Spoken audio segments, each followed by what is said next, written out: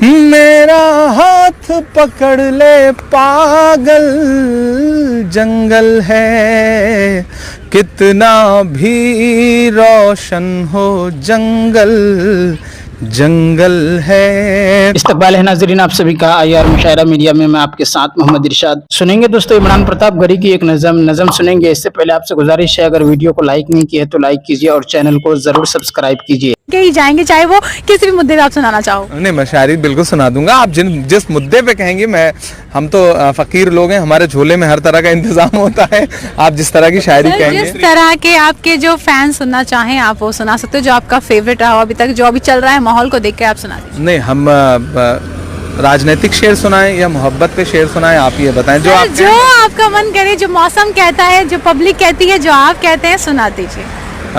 ایک آدھ غزل کے کچھ شعر آپ کو سنا دیتا ہوں۔ بہت خوبصورت موسم ہے، بہت پیارا موسم ہے، ایک غزل یاد آ رہی ہے مجھے، اس کے 2-3 شعر سناتا ہوں آپ کو سنے کے۔ میرا ہاتھ پکڑ لے پاگل جنگل ہے، میرا ہاتھ پکڑ لے پاگل جنگل ہے، میرا ہاتھ پکڑ لے پاگل جنگل ہے، کتنا بھی روشن ہو جنگل جنگل ہے، میں ہوں تم ہو بیلیں پیڑ پرندے ہیں، میں ہوں تم ہو بیلیں پیڑ پرندے ہیں، کتنے عرصے بعد مکمل جنگل ہے۔ اچھا آپ نے جو سنایا اس کا ریزن کیا ہے سنانے کا، کیا اس کا میننگ ہے، ہم وہ بھی جاننا چاہیں گے۔ جنگل لے کے آئے ہیں آپ موسم کی خوبصورتی پہ اور پیڑوں کی ہریالی پہ بات کر رہے ہیں تو جنگل تو آئے گا میرا خیال ہے۔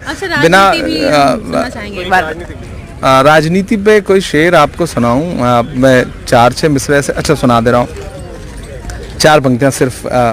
آج پردھان منتری جی نے پریس کانفرنس کری ہے اور 23 کو نتیجے آنے ہیں، 19 کو آخری چرن کا چناؤ ہونا ہے۔ میں تو بس ان سے اتنا کہہ رہا ہوں کہ محبت بھائی چارے کے دیوانے دن ہی لوٹا دو، وہ سستی دال سبزی کے سہانے دن ہی لوٹا دو، یہ اچھے دن تو امبانی اڈانی کو مبارک ہوں، ہمیں ایسا کرو صاحب پرانے دن ہی لوٹا دو۔ تو ہم پرانے دن مانگ رہے ہیں ان سے، اور مجھے امید ہے کہ 23 کو وہ ہمیں باعزت بڑی محبت سے پرانے دن واپس دے کر کے پنہ اپنی طرف پرستھان کریں گے۔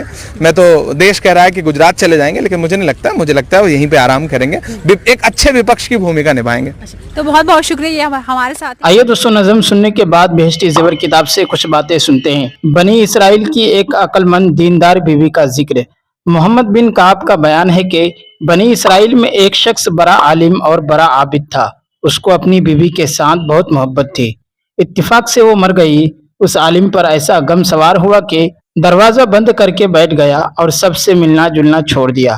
بنی اسرائیل میں ایک عورت تھی، اس نے یہ قصہ سنا، اس کے پاس گئی اور گھر میں آنے جانے والوں سے کہا کہ مجھ کو ایک مسئلہ پوچھنا ہے اور وہ زبانی ہی پوچھ سکتی ہوں، اور دروازے پر جم کر بیٹھ گئی۔ آخر اس کو خبر ہوئی اور اندر آنے کی اجازت دی۔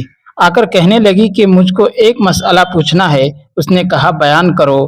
کہنے لگی کہ میں نے اپنے پڑوسن سے کچھ زیور مانگنے کے طور پر لیا تھا اور مدت تک اس کو پہنتی رہی، پھر اس نے آدمی بھیجا کہ میرا زیور دے دو، تو کیا اس کا زیور دے دینا چاہیے؟ عالم نے کہا بے شک دے دینا چاہیے۔ وہ عورت بولی کہ وہ تو میرے پاس بہت مدت تک رہا ہے، تو کیسے دے دوں؟ عالم نے کہا تب تو وہ اور بھی خوشی سے دے دینا چاہیے، کیونکہ ایک مدت تک اس نے نہیں مانگا، یہ اس کا احسان ہے۔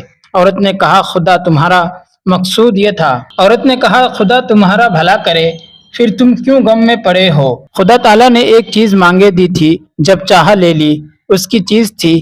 یہ سن کر اس عالم کی آنکھیں کھل سی گئی اور اس بات سے اس کا بڑا فائدہ پہنچا۔ فائدہ دیکھو کیسی عورت تھی جس نے مرد کو عقل دی، اور مرد بھی کیسا عالم